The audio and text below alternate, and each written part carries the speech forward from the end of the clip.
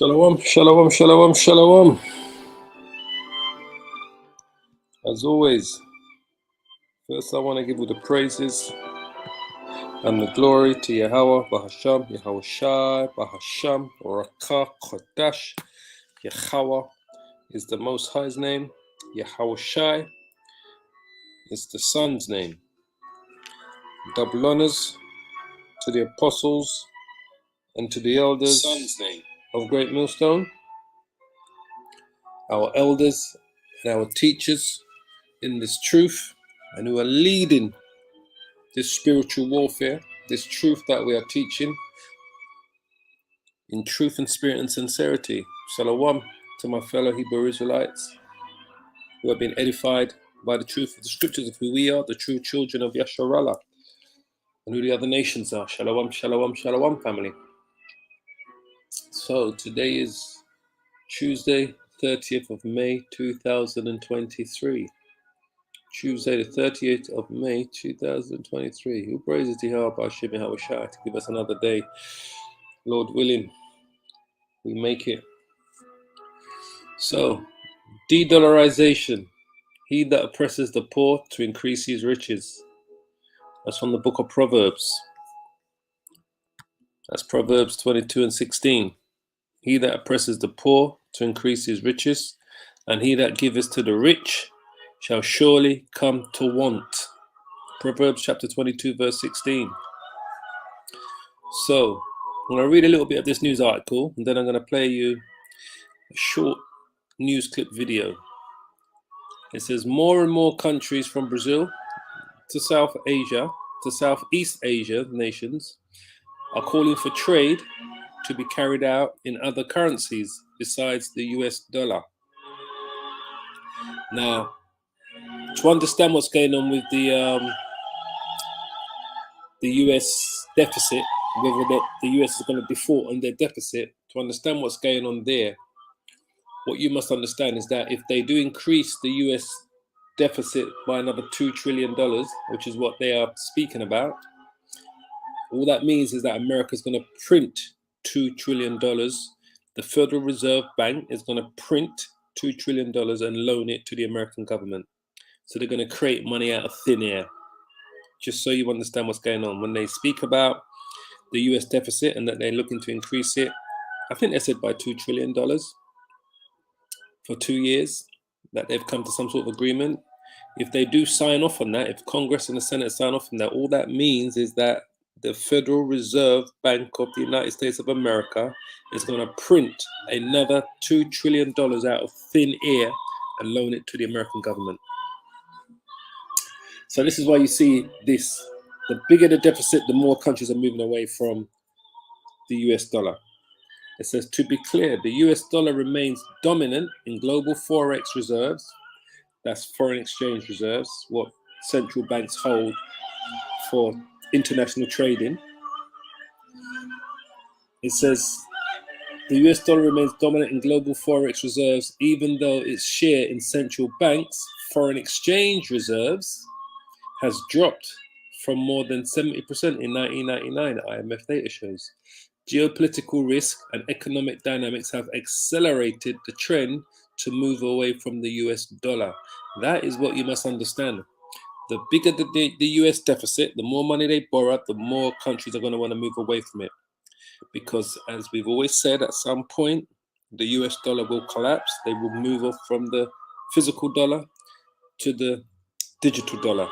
And they will create a new dollar in the form of a digital currency. All right? Because there's only so much money you can print before it's not worth nothing, as we should know by now. It says calls to move away from relying on the US dollar for trade are growing. More and more countries from Brazil to Southeast Asia nations are calling for trade to be carried out in their own currencies beside the US dollar. The US dollar has been king in the global trade for decades. Well, the Lord is coming to take this king down, boy. Not just because the US is the world's largest economy, but also because oil, a key commodity needed by all economies, big and small, is priced in the greenback, because we still see oil and major commodities is still priced in the US dollar. Most commodities are also priced and traded in US dollars. It says, but since the Federal Reserve embarked on a journey of aggressive rate hikes to fight domestic inflation, many central banks around the world have raised interest rates to stem capital outflows and a sharp depreciation of their own currencies.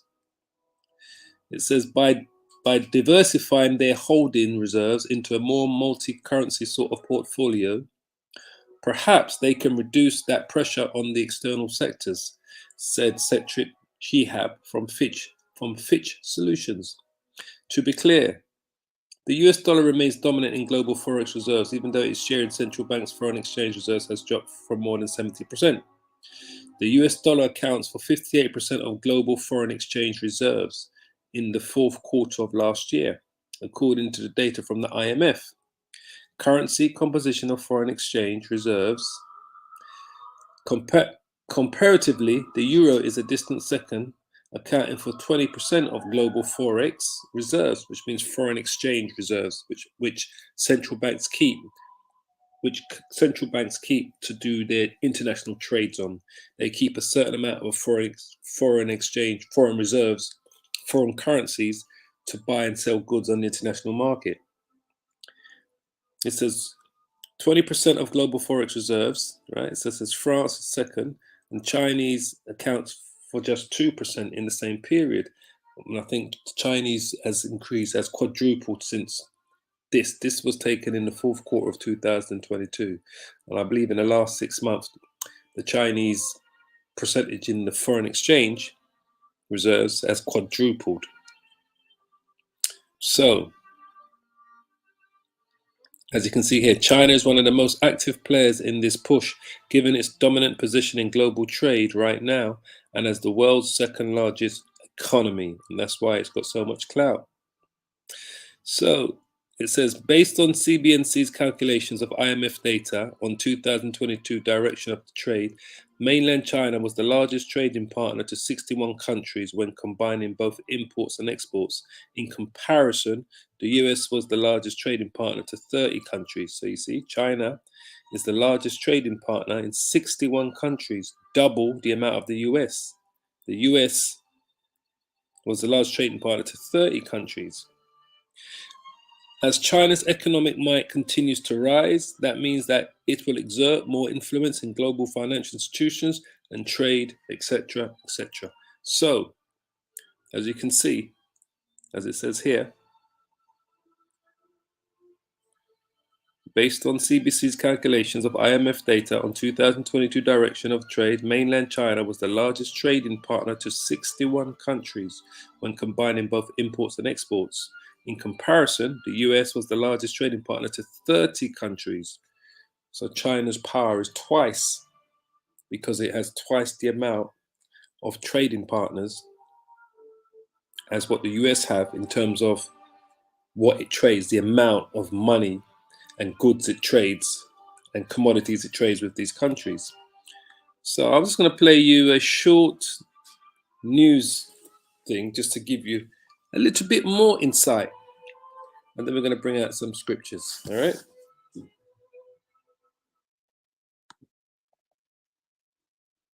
Of choice when different nations want to. Let me bring this back a bit. Well, the U.S. dollar has typically been the currency of choice when different nations want to trade with each other. But some countries have been shifting away from tying their currency to our dollar. Last month, Argentina announced that they would start paying for imports using the Chinese yuan due to their shortage of dollars. And Brazil followed suit, announcing that it will allow companies to trade in yuan as well. Here with more on the currency shift is Carla Mosey. She is a senior markets reporter for Insider. Carla, welcome. Is there any reason to believe the yuan could actually overtake the U.S. dollar at this point? Well, there's been a lot of, thank you for having me. There has been a lot of talk recently about de-dollarisation, the yuan overtaking king dollar in foreign reserves, global trade. And China has been able to increasingly use its yuan to purchase and buy and sell goods, but it still probably has a little bit of ways to go. The chip war is a fight to control the future. The US wants to deny China the upper hand, but Washington is losing ground to Beijing in another battleground. That's currency. Countries across the world are ditching the US dollar. Tonight, we want to tell you about how it's playing out in West Asia. Iraq has become the latest country to dump the US dollar. Iraqis are now banned from dealing in the greenback. The announcement was made last week. Iraq's Interior Ministry issued a statement. It was a message for all citizens of Iraq. Listen to this. The dinar is the national currency in Iraq. Your commitment to transact in it instead of foreign currencies boosts the country's sovereignty and economy. So currency has now become a matter of nationalism. But why were Iraqis relying on the dollar in the first place? So Iraq's shift away from the dollar is out of necessity. It also shows how America controls the country 20 years after the invasion. It can cause economic havoc just by limiting the flow of dollars. Iraq's neighbors are watching all of this and exploring alternatives for themselves. In other words, they're all exploring de-dollarisation. Last year, Saudi Arabia made an announcement. It would sell oil using different currencies, like the euro and the Chinese yuan. Earlier this year, the UAE began talks with India to settle non-oil bills in Indian rupees. Since 2021, the UAE has been part of a pilot project too, a project run by the Swiss Bank for International Settlements. This is about making cross-border payments. It may allow nations to bypass the US dollar. Thailand and China are also part of this project. Long story short, every country worth its salt is looking for alternatives, and the writing is on the wall for the US dollar. It is losing ground. Say no more. The writing is on the wall for Babylon the Great, period. But the US dollar is, in a sense, the foundation of Babylon the Great. Once the foundation starts to shake and move, and is out of place, then the structure will fall down. And that's what you see happening. You're seeing the foundation, which is the US dollar, it's starting to shake, it's starting to weaken heavily, and it's going to cause the whole structure to collapse, which will be Babylon the Great itself, the United States of America. So let's just bring out a few. Let's bring out a few precepts. Let's go to where Proverbs 22. A few precepts on this. Proverbs 22. Let's see where he was. Salaki. This verse.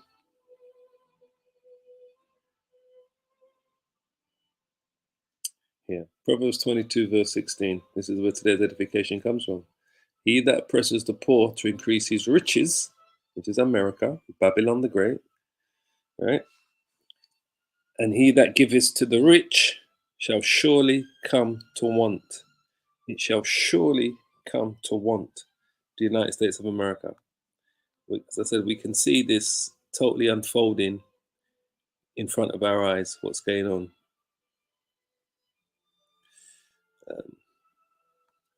Because I know, a lot of our people say, well, we hear this news all the time, so it kind of, so not Proverbs, Psalms 94. Like I say, all these things are happening at the same time. So, some of our people who are kind of still in this state of mind. Psalms 94 and 3.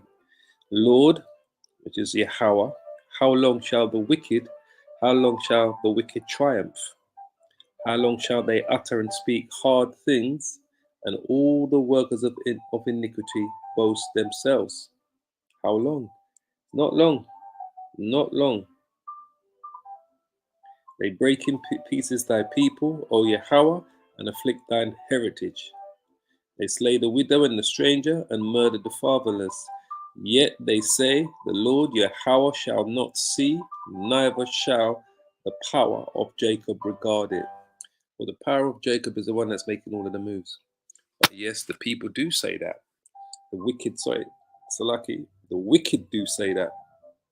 They say the power of Jacob, the God of Jacob, the Elohim of Jacob, does not regard it. This is what they think. But the Lord is getting ready to bring that place down.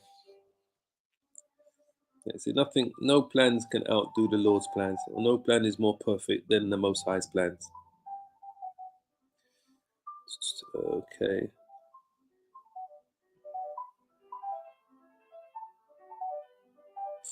First Peter's chapter 4, verse 7. But the end of all things is at hand. Be ye therefore sober, and watch unto prayer. I say again, for the end of all things is at hand. Be ye therefore sober, and watch unto prayer. All praises to Yahweh Bashim Yahushua. Truly,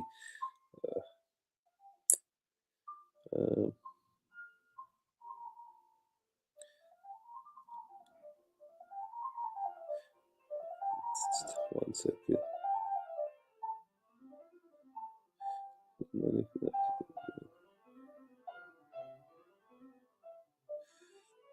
Isaiah 55 is what I want. Isaiah 55 verse 1. The free offer of mercy. This is what we're giving you, right?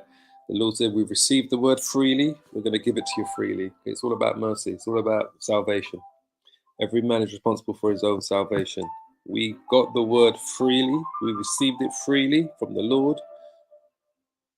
We're going to give it to you freely. Isaiah 55 and 1. Ho, everyone that thirsteth, come ye to the waters, and he that has no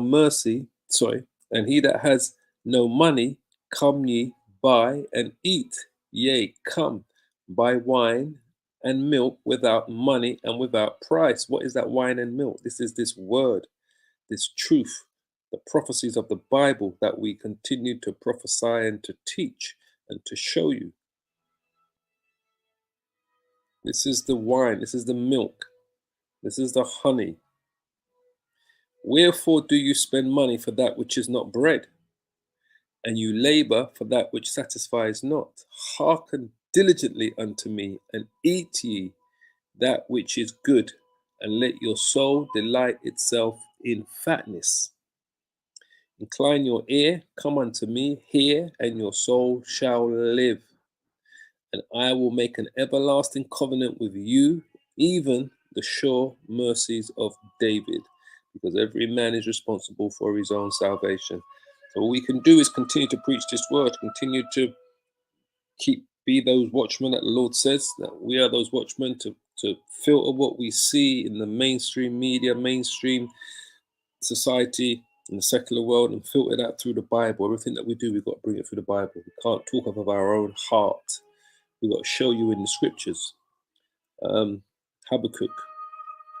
You know where I'm going to go in it? Habakkuk chapter 2, verse 6. Habakkuk 2, verse 6. Shall not all these take up a parable against him, and a taunting proverb against him, all of these nations, and say, woe unto him that increases that which is not his? That's what he does. And how does he increase it? With this printing of this money. That's part of how he increases what's not his. He does that by the printing of his money. The other part is where he just goes and steals another nation's resources, wealth, minerals, to build up their society, to build up Babylon the Great. Woe unto him, to Babylon, to America, talking about the Edomites, because Esau Edom is the man that controls Babylon the Great, America. Woe unto him that increases that which is not his. And he does it two ways. He does it through his financial system, his banking system, and he does it through his military. His military to go and invade your land, to steal your minerals and your resources, to subdue your leaders, to create disunity amongst your people. So he can steal your wealth. And the other way is through his financial system, through his banking systems. How long? How long? Unto him that lathers himself with thick clay. Thick clay, as we all know, but we just do it for edification's sake. It's talking about heavy debt.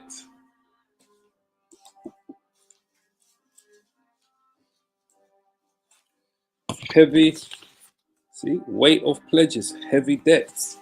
Woe unto him. Woe unto who? Woe unto America. Woe unto Esau. Because all of Esau's system is based on credit, heavy debts. This is why these other countries, these South Asian countries, these Middle Eastern countries, these African countries, countries in Far Asia, China, even these fellow Edomites in Russia, they're all looking to de-dollarization. All looking to de-dollarization to separate themselves from the US dollar. Heavy debts, weight of pledges, woe unto him that ladders himself with heavy debts, weight of pledges. That's what the debt ceiling is.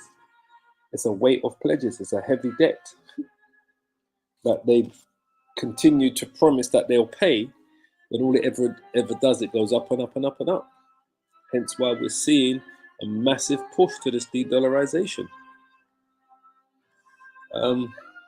It's another precept I'm thinking of. Not Isaiah. Hold on.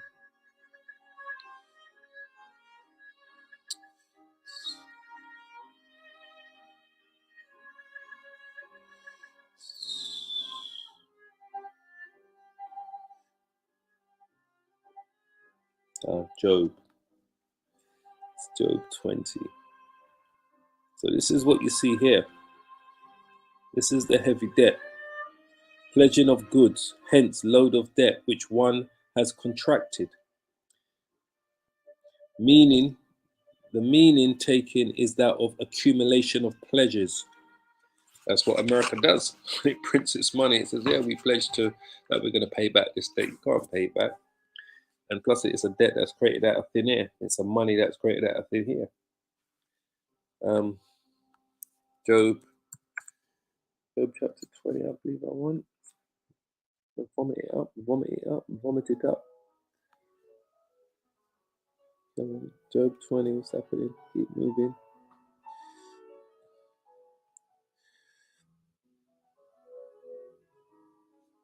Yeah, Job 20 and 15. He has swallowed down riches, and he shall vomit them up again. So all of the actual real wealth that this man has stolen, like I say, your minerals, your resources, your gold, your silver. Remember, gold and silver are minerals. They come out of the ground. Platinum, diamonds, they're all minerals coming out of the ground. Your resources, your oil, your water, all of these things this man has stolen. He has swallowed down riches, and he shall vomit them up again. And I mean, this is directly to you. Think about it. This is talking about where does this whole thing go through? It goes through the banks, the banking system. The banks are the real boys in charge. They're the real men in charge down here. And when I say that, they're the men that the Lord has put in charge of these nations. Those are Esau's bankers. It says, the Most High shall cast them out of his belly. He shall suck the poison of ass, the viper's tongue shall slay him. He shall not see the rivers, the bloods, the brooks of the honey and the butter. That which he labored for shall he restore.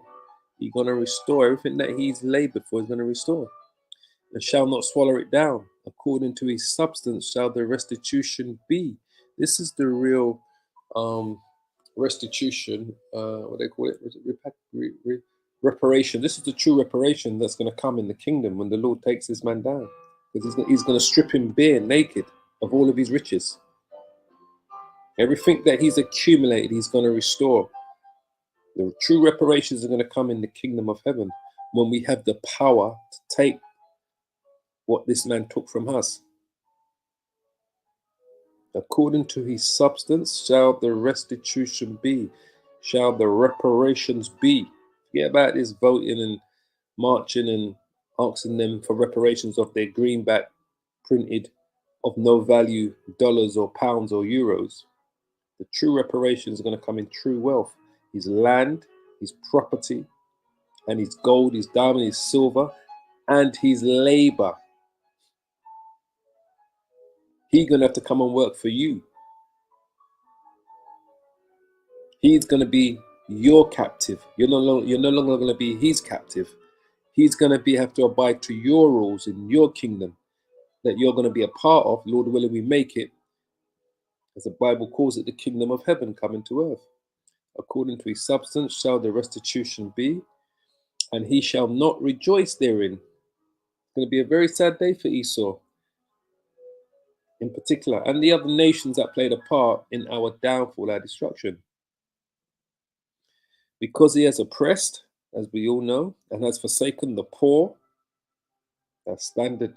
That's like his that's the standard handbook for the Edomite, to oppress and to forsake the poor. That's probably the first line in his handbook.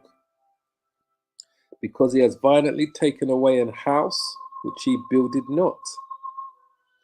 Surely he shall not feel quietness in his belly, he shall not save of that which he desired.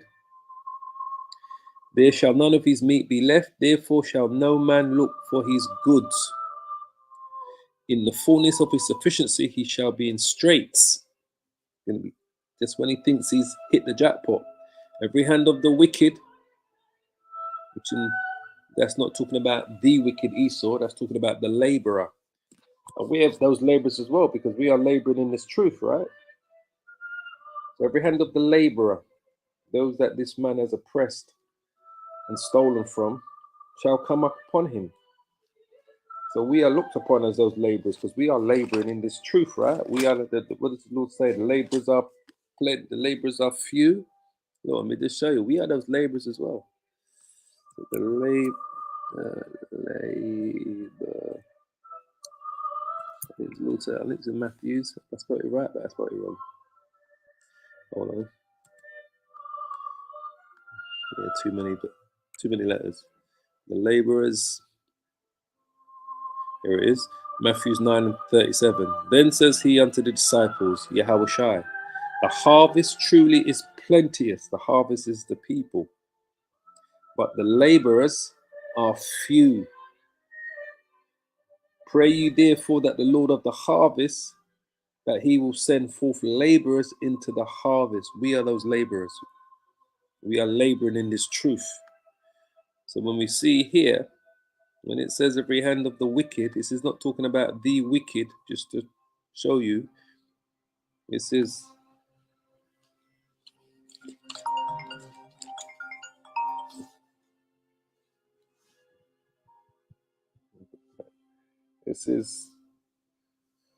sorry,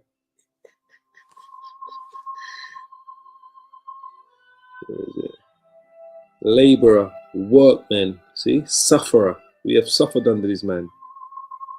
We are the laborer, sufferer. We have suffered under this man. Every hand of the laborer, we are those laborers as well. Because we are laboring in this truth, right? As you can quite clearly see. Right?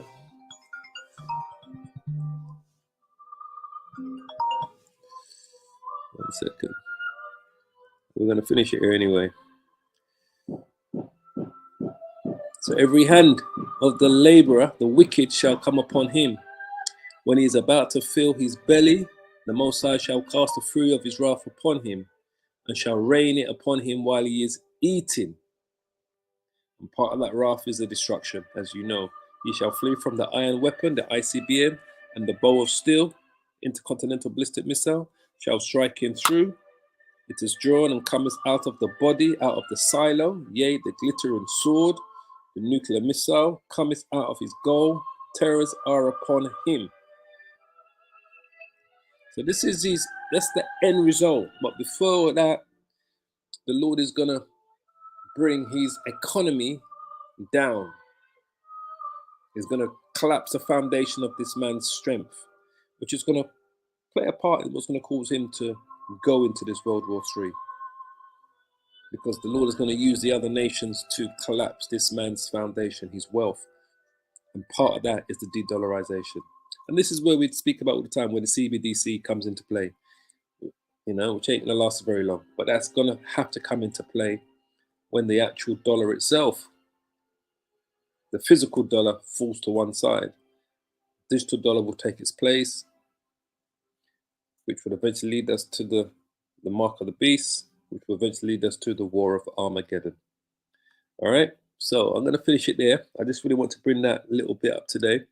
De-dollarisation, bit of news again, and as we always do, to bring the scriptures out to make you see that all of this is part of the Lord's plan. He's getting ready to take this man down, but he has to, just like it tells you in Revelations 13, and the bear in Revelations 13, where it says, and the beast which I saw was like unto a leopard. This is talking about the European Union, right? The Roman Empire, and his feet was the feet of a bear. That's the Russians. He's going to be taking him down from his feet, the bear. That's the foundation of this man. The Russians are going to play a part in taking this foundation down. How do you take a man down? Grab him by his feet, bottom of his legs, his feet, and you pull him, and he goes to the ground. That's what the bear's going to do. And his mouth is as the mouth of a lion. That's the United Kingdom. And the dragon, the Roman Empire. The EU is the reincarnation of the Roman Empire. America is the head of it. And the dragon gave him his power. America's the head of that dragon. Gave the beast his power and his seat and great authority. So the Lord is getting ready to take this whole show down. So we just got to bear with it a little bit more patience, yeah? So shalom, shalom, shalom. As always, kal halal, Yahweh, Basham, Hawshah, Basham, Rakah, Kodash. Double honors to the apostles and to the elders of Great Millstone, our teachers and our leaders in the spiritual warfare. Shalom to my fellow-minded, like-minded Hebrew Israelite brothers who are laboring in this harvest. In the name of Yahweh, Bashim, Hawshah. And to the hopeful elect brothers and sisters who have been edified by today's edification, he that oppresses the poor to increase his riches. De-dollarisation is truly happening. So we just got to keep a pace on what's going on. Well, praise and glory to Yahweh. Shalom, shalom, shalom. All praises, family.